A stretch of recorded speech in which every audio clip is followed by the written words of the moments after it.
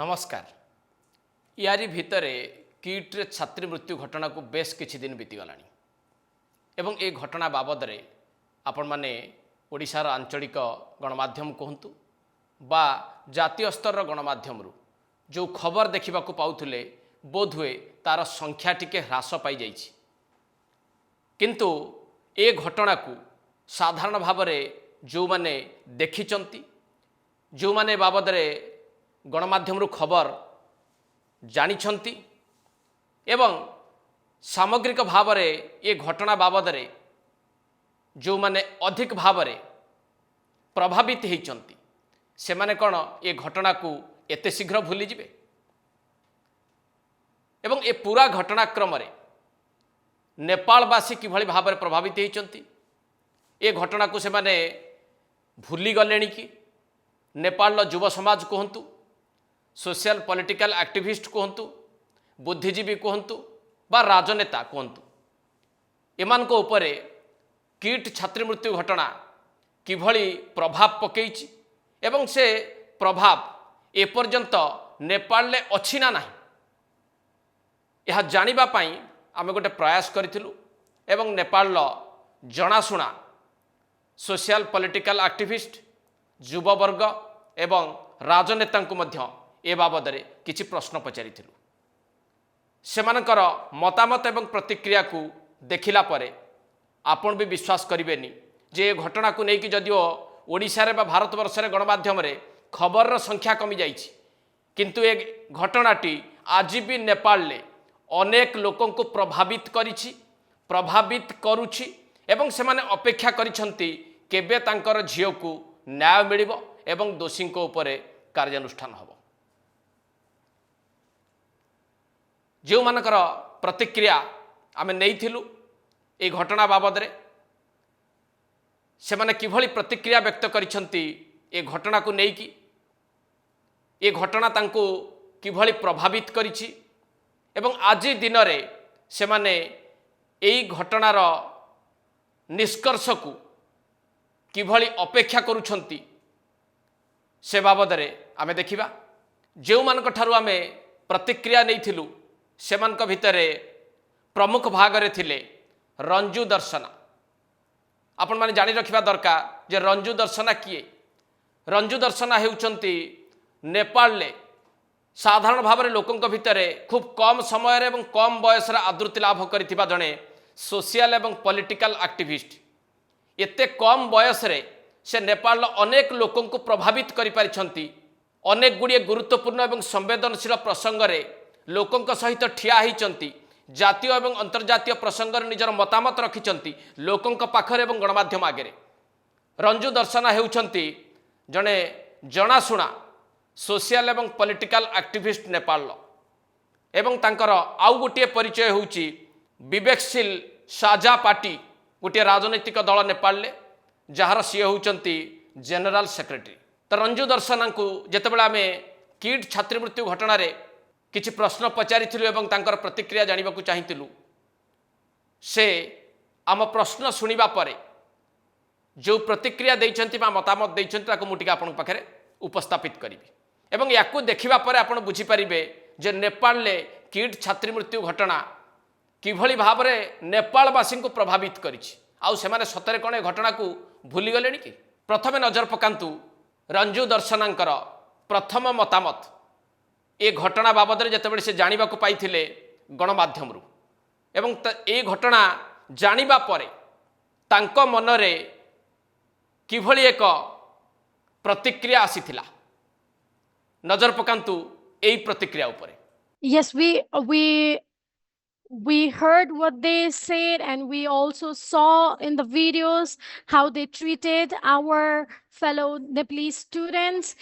Their voices had their tone of voices had the elements of harassment, abuses, and also a thing in which they all tried to dismiss Nepal as a sovereign country itself. So saying that their institutions budget is higher than the budget of Nepal, there was a really nonsense thing coming from two employees.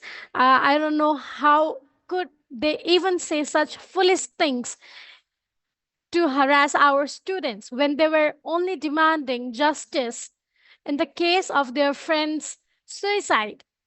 And even on the suicide case, we also got to know later on that the Prakriti had time and again asked for help with the administration, but the administration failed to address her queue.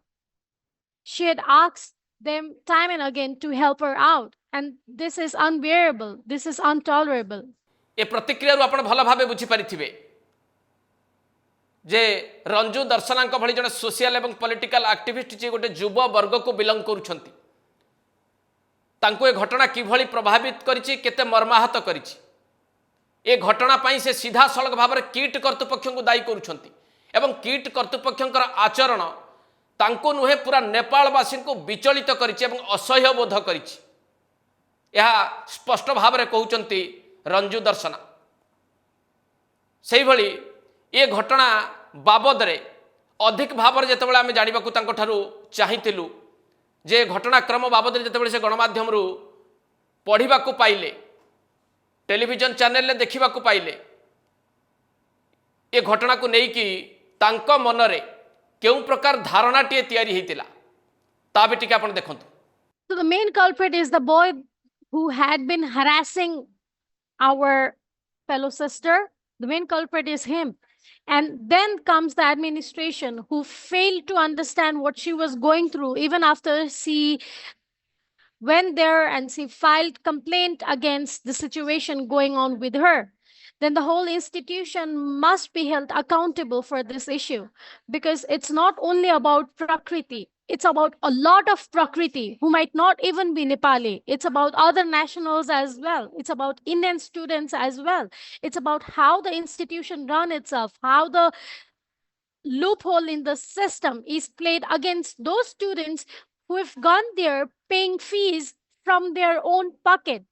They've not gone there with free education or anything like that. Maybe few of them would get scholarships, but they have paid their fees, and the institution cannot randomly turn away having this issue on the front line. यही प्रतिक्रियाटी रंजू दर्शनांकर सूचित करुछि जे पूरा घटनाक्रम रे काहाकू दायी करा जाई पारे. याकू जानिला परे बा देखिला परे से बुझीगले जे काहींकी प्रकृति लामसा भली जड़े नेपाली छात्री को मृत्युवरण करने को पड़ा बा आत्महत्या करने भली एक चरम निष्पत्ति नवा पड़ा. रंजू दर्शना प्रतिक्रिया सूचित करुछि जे ए घटना रे किए दायी. प्रथमे से पिला को से दायी करिसंती जे प्रकृति को मानसिक निर्यातना देइथिला. द्वितीय रे से सबु दोष देइछंती किट कर्तृपक्ष को. किट कर्तृपक्ष किभली भाव में शैक्षिक परिवेश रखिछंती, किभली भाव में किट्र कर्मकर्ता माने अणदेखा करिछंती प्रकृतिंकर अभियोग को, जहा फल रे तांको एक चरम निष्पत्ति नवा पड़ी. एवं घटना परे किट कर्तृपक्षंकर जो प्रकार आचरण एवं उच्चारण याकू जेते निंदा कले भी कम हब. एवं यही घटना जो भली भाव में घटीगला, जो ढंग से सामना को आसिला, एथिरे केवल किट कर्तृपक्ष ही दायी एवं से माने एथरु खसी पारिबे नाही, ए प्रकार मत रखिचंती रंजू दर्शना. सेही भली किट यूनिवर्सिटी बाबद रे आउ एक गुरुत्वपूर्ण कथा कहिचंती रंजू दर्शना, ता भी टिके भल भाबे आपण सुनंतु. After the issue that came on the surface, we've now started questioning about how and what kind of fundamentals, what kind of values does the institution hold? Because I'm again repeating this, it's not only about Prakriti Lamsal's issue. There might be other underlying issues that has not even come to the surface yet. And it's also about Nepal-India relationship, which has been here since ages, since the time immemorable. And now with this one issue and how the teachers dealt with the students, what speeches they gave, that's unbearable. And we as Nepalese people were totally against it. एथिरे स्पष्ट भाव में से कहउचंती जे kit रे गोटिए घटना घटीगला, ता नुहे एभली अनेक घटना घटु थाई पारे ए घटनाटी सिना गणमाध्यम सामना को आनिबा परे या ऊपर चर्चा आलोचना होउची एवं प्रकृत रे किट रे किभली शिक्षादान चलीची किट्र परिवेश कौन ये सबू बाबद रे ए घटना ही उजागर करदेला किट कर्तृपक्षर मानसिकता को ये पदारे पकईदेला केवल नेपाल एवं भारतर संपर्क को लेकिन ये गोटे खराब वातावरण तैयारी कला ता नुहे बरं किट रे घटुथुबा घटना बाबद रे किट कर्मचारी मानसिकता बाबद रे जहाँ साधारण लोक जानीपारि न थांते बा जो माने सेठी पिला को पाठ पढ़ा पठाउचंती से माने भी जानीपारि न थांते किंतु ए घटना सबु किछि उजागर कला एभली एक घटना को जीए देखिछि जीए शुणिछि से निश्चित भाव में तीव्र निंदा करिछि ए कथा को सूचित करिसंती रंजू दर्शना जेतेबेले ए घटनार तदंत चलीछि आपण माने जानिचंती राज्य सरकार तरफ गोटे हाई लेवल कमिटी गठन होईछि से यार तदंत जारी रखिछि एनएचआरसी मध्य तार गोटे टीम पठेकी तदंत करिछि एई परिप्रेक्षी रे रंजू दर्शनांकर मतामत मध्य आपण टिके जानिबा दरकार जे तदंत को नेकी कोन कहउचंती रंजू दर्शना. So I think the investigation should not only come from one-dimensional investigation is not enough for this case. There should be a investigation on different layers. First, to the administration, who seems to be ignorant to the woes of the students, who seems to be ignoring what students are facing themselves. Second, to that boy who could who was heard. We also heard the phone recordings of that boy talking to the girl, talking to Prakriti, and a decent person cannot hear anything what he is talking. He's been abusing in each word, in each second. So second investigation is on the boy, and the third on the whole fundamental values that KIIT stands on. What values does KIIT have? Is it the institute only for the purpose of giving degrees, or it holds something more? दुई तीनोटी दिग को गुरुत्व दबापाई तदंत प्रक्रिया रे रंजू दर्शना एठी कहउचंती. प्रथमटी होउची जे kit कर्तृपक्ष कहीं ए घटना को अणदेखा कले जदि से अणदेखा करन थांते प्रकृतिकर अभियोग को गुरुत्व दे थांते ताल गोटे जीवन बची जाई थांता. तेणु तदंत परिसरभुक्त प्रथमे किट कर्तृपक्ष हवा दरकार. द्वितीय रे जो पिलाटी अमानवीय व्यवहार कला नेपाल छात्री प्रति एवं जो भली भाव तार ऑडियो शुणा को मिलूची याकू शुणा परे किट कर्तृपक्ष करुथिले कौन किट कर्तृपक्ष कहीं कार्यानुष्ठान नेला नहीं कहीं सी नेपाल छात्री अभियोग को गुरुत्वर सहित विचार कले ना से दृष्टि ए बाबद में एक स्वतंत्र अनुसंधान आवश्यकता रही एवं केवल ए घटनार अनुसंधान प्रक्रिया को सीमित रखिले चलिबा नाही. किट्र शिक्षादान पद्धति किट्रे चाकरी करिथिबा कर्मचारी मानकर मानसिकता एवं पूरा किट यूनिवर्सिटी केउ भली भाबरे चालीछि किट यूनिवर्सिटी पछरे आउ कौन रही ए सबु किछिर पुंखानुपुंख तदंत हबार आवश्यकता मने करुछंती रंजू दर्शना. सेहि भली आउ एक गुरुत्वपूर्ण कथा कहिसंती रंजू दर्शना जे जहा किट बाबद रे सुनिबा को मिले किट्र प्रतिष्ठाता डॉक्टर अच्युत सामंतंकर व्यक्तित्वर आउ किछि दिग मध्य से उजागर करिसंती ताकू टिके भल भाबे आपण सुनंतु.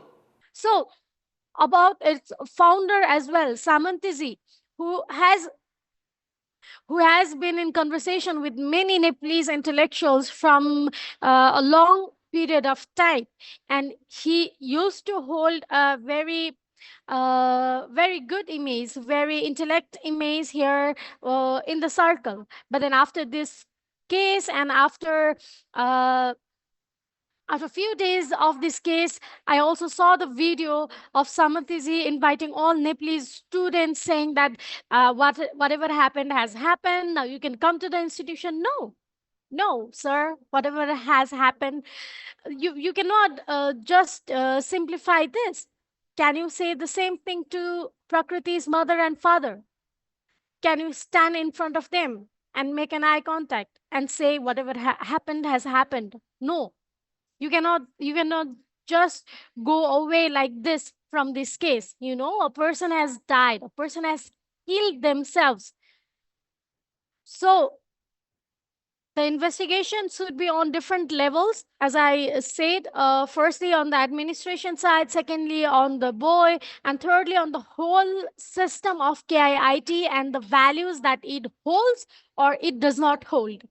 रंजू दर्शनଙ୍କର ए वक्तव्य सीधासଳଖ ଭାବରେ କିଟ୍ ପ୍ରତିଷ୍ଠାତାଙ୍କ ଉଦ୍ଦେଶ୍ୟରେ କି ନାହିଁ ଟିକେ ବୁଝନ୍ତୁ। ସେ ଅଚ୍ୟୁତ ସାମନ୍ତଙ୍କୁ ଯେଉଁଭଳି ଭାବରେ ଜାଣନ୍ତି ବା ତାଙ୍କ ବ୍ୟକ୍ତିତ୍ୱ ବାବଦରେ ଯାହା ଶୁଣିଥିଲେ ତାହା ସମ୍ପୂର୍ଣ୍ଣ ଭାବରେ ଭୁଲ ବୋଲି ସେ ନିଜେ ଏଠି କହୁଛନ୍ତି। ସେ ଆଗରୁ ଅନେକ କଥା ତାଙ୍କ ବାବଦରେ ଶୁଣିଥିଲେ, ଅନେକ କହନ୍ତି ଯେ ସେ ଜଣେ ଭଲ ବ୍ୟକ୍ତି ବୋଲି। କିନ୍ତୁ ଯେଉଁ ଢଙ୍ଗରେ ସେ ନେପାଳ ଛାତ୍ରଛାତ୍ରୀଙ୍କୁ କ୍ଷମା ମାଗିଲେ, ସେ ଭିଡ଼ିଓଟିକୁ ଦେଖିବା ପରେ ରଞ୍ଜୁ ଦର୍ଶନାଙ୍କର କେଉଁ ପ୍ରକାର ମନୋଭାବ ରହିଛି ତା ବି ଏଠି ସେ ସ୍ପଷ୍ଟ କରିଛନ୍ତି ଯେ ଏଭଳି କ'ଣ କେହି କେବେ କ୍ଷମା ମାଗନ୍ତି? ଏ ଘଟଣାକୁ ନେଇକି ଏଭଳି କେହି ଦୁଃଖ ପ୍ରକାଶ କରନ୍ତି? ସର୍ବୋପରି ଅଚ୍ୟୁତ ସାମନ୍ତଙ୍କ ବ୍ୟକ୍ତିତ୍ୱର ଏକ ଭିନ୍ନ ଦିଗ ସାମ୍ନାକୁ ଆସିଲା, ଯେଉଁ ଦିଗକୁ ସାଧାରଣ ଭାବରେ ଲୋକମାନେ ଜାଣିପାରିନଥାନ୍ତେ ବା ଯେଉଁ ପରିବାରରୁ ପିଲାମାନେ ସେଠି ପଢ଼ୁଛନ୍ତି ସେ ପରିବାରର ମୁରବୀମାନେ ବା ପିଲାଙ୍କର ଅଭିଭାବକମାନେ ଅନ୍ତତଃ ଅଚ୍ୟୁତ ସାମନ୍ତଙ୍କୁ ଚିହ୍ନିବାର ସୁଯୋଗ ପାଇନଥାନ୍ତେ ଯଦି ଏଭଳି ଗୋଟିଏ ଅଘଟଣ ଘଟିନଥାନ୍ତା ବା ଏ ଘଟଣାଟି ସାମ୍ନାକୁ ଆସିନଥାନ୍ତା। ଏବେ ଚିନ୍ତା କରନ୍ତୁ ଅଚ୍ୟୁତ ସାମନ୍ତଙ୍କ ବାବଦରେ ରଞ୍ଜୁ ଦର୍ଶନାଙ୍କର ଏହି ପ୍ରକାର ଟିପ୍ପଣୀ କିଭଳି ଭାବରେ ଦେଖାଯାଇପାରେ। କେବଳ ଏତିକିରେ ସୀମିତ ରହିନାହାନ୍ତି ରଞ୍ଜୁ ଦର୍ଶନା, କିଭଳି ଭାବରେ ପ୍ରକୃତିଙ୍କ ପରିବାରକୁ ନ୍ୟାୟ ମିଳିବ ତାକୁ ନିଶ୍ଚିତ କରିବାକୁ ସେ ଦାବି କରିଛନ୍ତି। ଶୁଣନ୍ତୁ ସେ ଏ ବାବଦରେ ବି କ'ଣ କହିଛନ୍ତି। We need to be assured. We want government to assure us that none of the other Nepalese student will have to face any of the abuses as harassment that we saw aftermath in this case. We saw after the case happened inside the KIIT institution or whatsoever. There are thousands of students in different parts of India studying, even to this date while I'm talking with you. So we want government of India to ensure as a whole how they treat their international students. Yes, we have been saying that we have a relation of roti and beti. We say this, hamara roti or beti ka sambandh hai. So if we want to continue this, then government of India needs to be cautious on how it handles the cases like this. And also, it's okay if the government of India only wants this relation to be limited to roti only, limited to transaction, monetary values only. It's okay. But we have to think thoroughly on how we are dealing with this. And it is especially to the government of Odisha and the government of India. ଏଠି ସେ ସ୍ପଷ୍ଟ ଭାବରେ କହିଛନ୍ତି ଯେ ଏବେ ବି ସେମାନେ ଅପେକ୍ଷା କରିଛନ୍ତି ଗୋଟିଏ ନିଶ୍ଚିତ ବାତାବରଣ ତିଆରି ହେଉ ନେପାଳ ଛାତ୍ରଛାତ୍ରୀଙ୍କ ପାଇଁ। ନେପାଳ ଛାତ୍ରଛାତ୍ରୀଙ୍କ ପାଇଁ ସୁରକ୍ଷିତ ବ୍ୟବସ୍ଥା କରାଯାଉ ଏବଂ ଘଟିଥିବା ଘଟଣାକୁ କେବଳ କିଟ୍ କର୍ତ୍ତୃପକ୍ଷ ନୁହନ୍ତି ଓଡ଼ିଶା ସରକାର ଏବଂ ଭାରତ ସରକାର ଗୁରୁତ୍ୱର ସହିତ ନିଅନ୍ତୁ। ଯେହେତୁ ନେପାଳ ଏବଂ ଭାରତର ସମ୍ପର୍କ ବେଶ ନିବିଡ଼, ରୋଟି ଏବଂ ବେଟିର ସମ୍ପର୍କକୁ ସେ ଏଠି ଉଜ୍ଜୀବିତ କରିବାକୁ ଚାହିଁଛନ୍ତି। ଯେଉଁ ପ୍ରଶ୍ନଟି ମୋ ମନରେ ପ୍ରଥମେ ଆସିଥିଲା ଯେ ପ୍ରକୃତରେ ଏ ଘଟଣାକୁ ନେପାଳବାସୀ ବା ନେପାଳର ଜନସାଧାରଣ, ନେପାଳର ଯୁବବର୍ଗ ଭୁଲି ଯାଇଥିବେ କି? ଏ ଘଟଣାର କିଭଳି ଉତ୍ତର ରଖିଛନ୍ତି ରଞ୍ଜୁ ଦର୍ଶନା ତା ବି ଟିକେ ଆପଣ ଶୁଣନ୍ତୁ। Yes, we want justice, and even I've written it on my social media as well.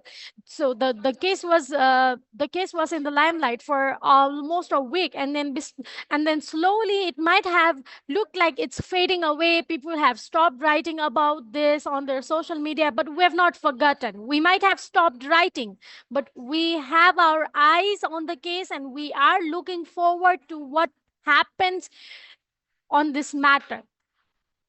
If the culprit will get punished or not. We have our eyes on this, and if anything as such happens, if the culprit gets away freely, or if the administration, if the person concerned do not get punishment as required, then I think we will be taking this matter to the foreign affairs and will be pressurizing our foreign minister to deal with this diplomatically as well. Ranju दर्शना स्पष्ट भाव सूचित करिसेंती जे नेपाल युववर्ग, नेपाल बुद्धिजीवी, नेपाल जनसाधारण ए घटना उपरे आज भी नजर बनईकी रखिछंती।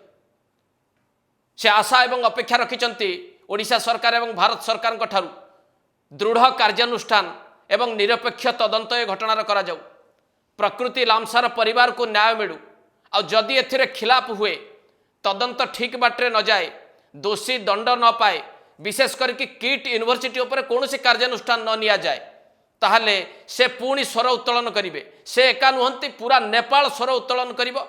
नेपाल सरकार को से माने बाध्य करिवे ए घटना रे पुनर्बार चाप तैयारी करिवा पई भारत सरकार को ऊपर। एथिरो कौन बुझा जाउची जे आज भी नेपालवासी को ए घटना एते मर्माहत करिची, एते प्रभावित करिची जे ए घटनारू से माने मुह फेरई नौ नाहंती। ए घटना ऊपर से माने एबे भी नजर रखिचंती केबे न्याय मिलिबो मृत छात्रीर परिवार को, ताकू अनै बसिछि नेपाल एवं अनै बसिछंती नेपालवासी।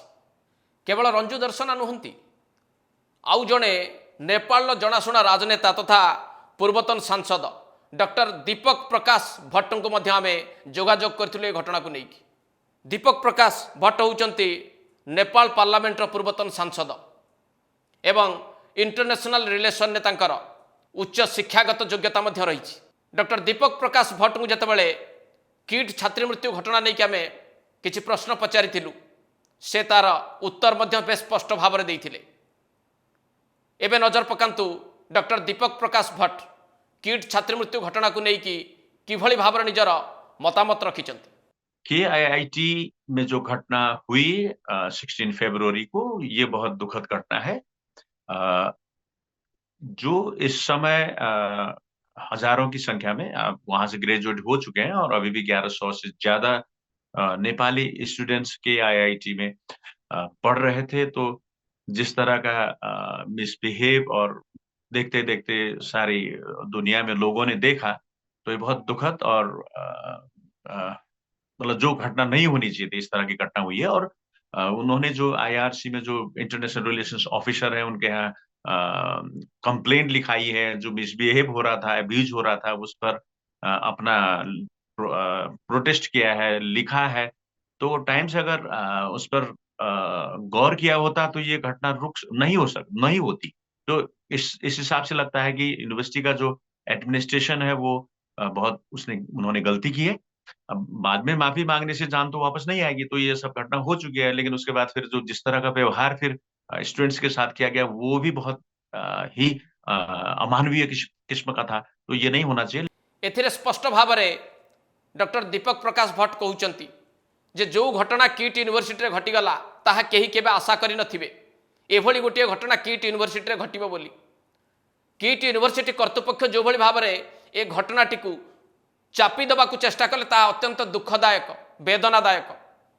पूरा नेपालवासी को ये क्षुब्ध करिछि एवं पूरा घटनाक्रम को जदि भल भाव देखा चेष्टा करा जाए, सी जहाँ देखिचंती जे किट कर्तृपक्षर भूमिका अत्यंत संदेहजनक थिला।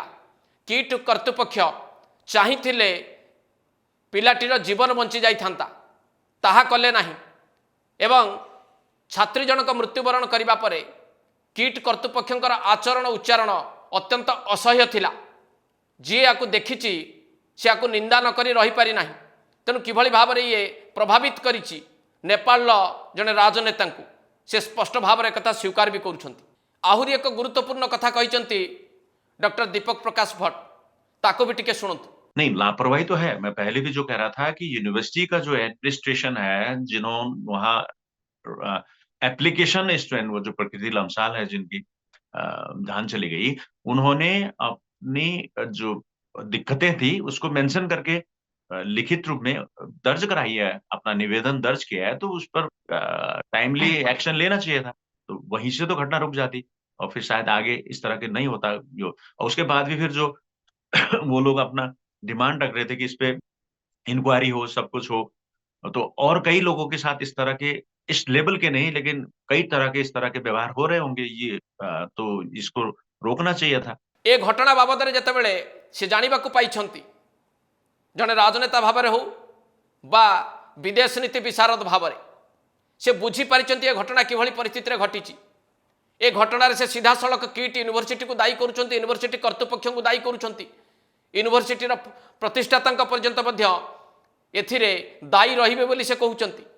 केवल ये गोटे घटना किट्रे घटीगला ता नुहे, बरं एभली अनेक घटना घटू थाई पारे ए प्रकार आशंका बोध करुचंती डॉक्टर दीपक प्रकाश भट्ट। भावंतु किट बाबदरे केउ भली एक धारणा वर्तमान तैयारी होईची लोकंक मनरे, तार एक प्रतिफलन कि ए नुहे। किट बाबदरे आउ टिके कड़ा प्रतिक्रिया देइछन डॉक्टर दीपक प्रकाश भट्ट, ताको भी टिके देखंतु। वही सबसे गलत रही। उन्होंने जिस समय अगर प्रॉम्प्टली उस एप्लीकेशन पे अगर एक्शन लिया होता तो ये घटना रुक सकती थी। और बाकी उसके बाद जो उन्होंने जो व्यवहार किया, सारा मीडिया में लोग देख रहे हैं, दुनिया भर में लोगों ने देखा, तो वो कहीं से भी नहीं लगता है कि स्टूडेंट्स के साथ ये व्यवहार होना चाहिए। तो उसको रिजॉल्व करने के लिए पुलिस प्रशासन का, यानी कि उड़ीसा गवर्नमेंट का या सेंट्रल गवर्नमेंट का और मीडिया का या फिर यूनिवर्सिटी डिपार्टमेंट वगैरह, जो सब लोग मिलकर जो उसको हैंडल करना चाहिए था, उसमें तो बहुत लापरवाही हुई है। ये नहीं होना चाहिए था, ये गलत है। और फिर इतनी बड़ी संख्या में स्टूडेंट वहाँ पे आ रहे हैं, इनकम तो वही कर रहे हैं, तो उसको कहीं न कहीं स्टूडेंट को प्रोटेक्शन भी देना चाहिए।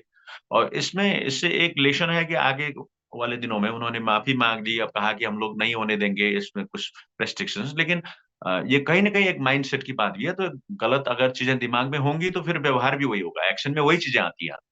एथिरे से स्पष्ट भावे कहउचंती जेतेबेले एभली एक अभावनीय घटना घटिला, संवेदनशील घटनाटीए घटिला, सेतेबेले चाहिथिले किट कर्तृपक्ष को समाधान करि पारिथान्ते, राज्य सरकार चाहिथिले मध्ये आकु समाधान करि पारिथान्ते, किंतु ताहा हेई नाही, जहा अंतत पक्षे केबे भी केही आशा करन्ते नाही। एवं किट कर्तृपक्षंकर जो माइंडसेट देखा मिला ए घटना को दबाई दबा पाई, ए घटना को प्रशमित करबा पाई, पिलांको ऊपर जो प्रकार कार्यानुष्ठान नबाकू से चेष्टा कले, विशेष करके नेपाल छात्र छात्री ऊपर तांको जो भले अभद्रचित व्यवहार कले, ए माइंडसेट ही स्पष्ट करुच्ची किट्रे गोटे घटना घटुथुव ता नुहे, आहुरी एकाधिक घटना घटुथुव। भावंतु नेपाल जड़े राजनेता और विदेश नीति विशारद डॉक्टर दीपक प्रकाश भट्ट किट को लेकिन किभली मंतव्यटीए रखिछंती। किट कर्तृपक्षों ऊपर विश्वास करी हब कि जदि ए मंतव्य को शुणा जाए बा बुझा चेष्टा करा जाए। आपन टिके भावंतु ए घटना रे किभली भाबरे तदंत करा जिबा दरकार, तदंत प्रक्रिया कौन हवा दरकार, से नहीं कि कौन टिप्पणी रखिछन डॉक्टर दीपक प्रकाश भट्ट, ताको भी टिके सुनंतु। मन में इस तरह के भाव रखते हैं, जहाँ से हजारों स्टूडेंट आपके यूनिवर्सिटी में आ रहे हैं, पढ़ रहे हैं, तो केवल नेपाल की बात नहीं है, वहाँ भी का स्टूडेंट और इस तरह का व्यवहार उनके साथ भी हो रहा होगा।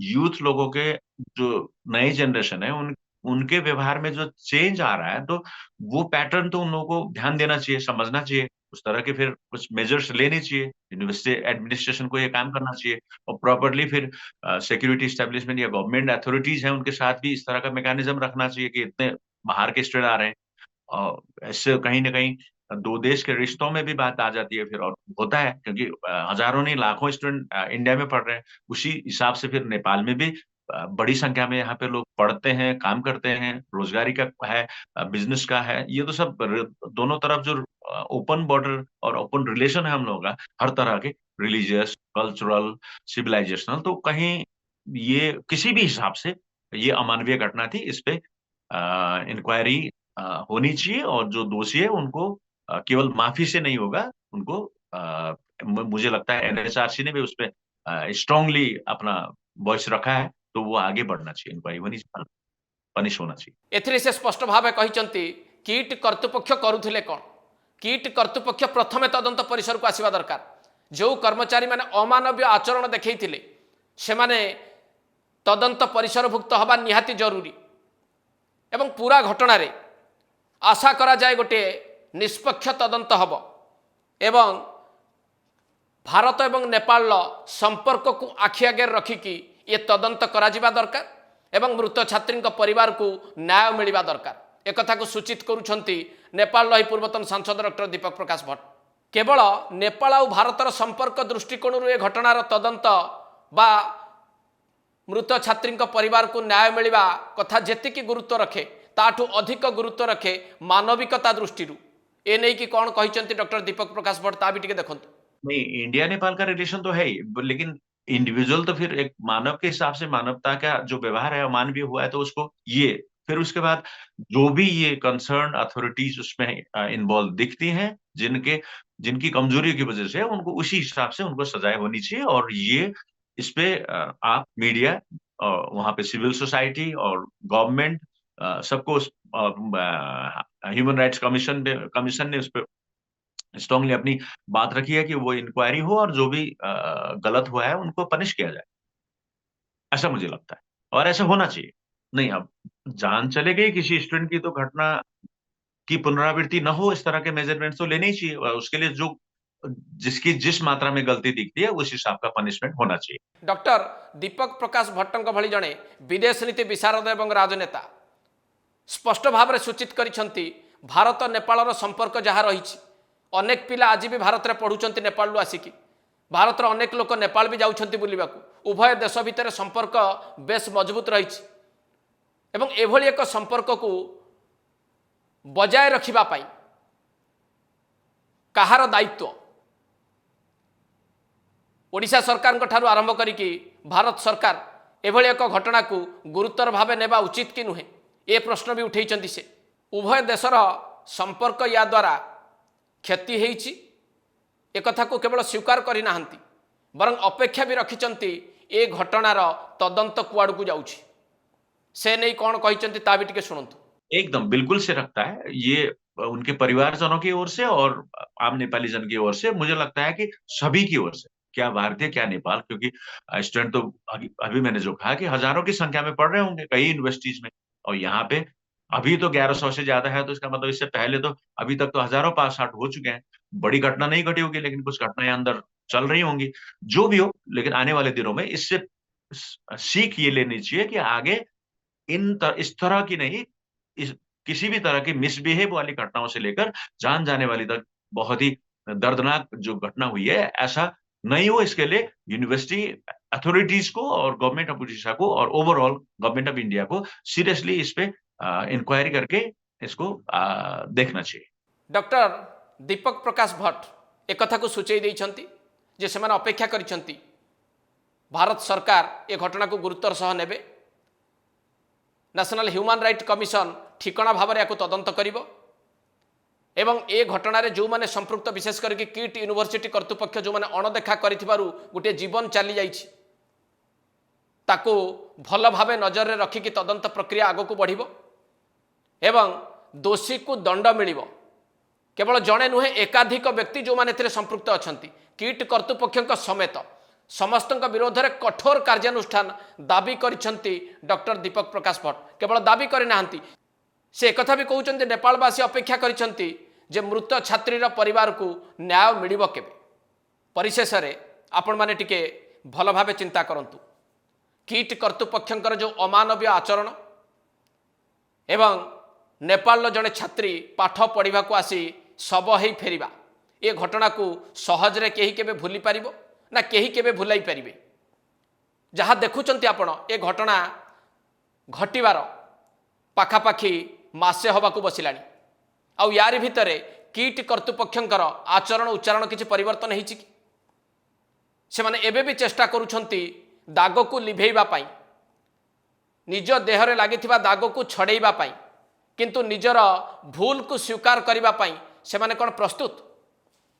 आउ एई भली एक समय रे आंचलिक गणमाध्यम हो बा जातीय गणमाध्यम रे जदिओ ए खबर रो संख्या टिके कमी जाइछि किंतु लोकंक उपरे यार प्रभाव एपर्यंत कमिला भली आपन को अनुभूत होउछि कि विशेष करके नेपाल ले ए खबर को लेकिन जो भली भाव में प्रतिक्रिया रही युववर्गों भितर बुद्धिजीवी भितर राजनेता भितर एवं पूरा नेपालवासी भितर ताहा एतरु स्पष्ट सूचित होउछि कि नहीं जे आज भी नेपाल अपेक्षा करिछि मृत छात्रीर परिवार को न्याय मिलिबो केबे। एट शेष करबा एडिटोरियल को नमस्कार।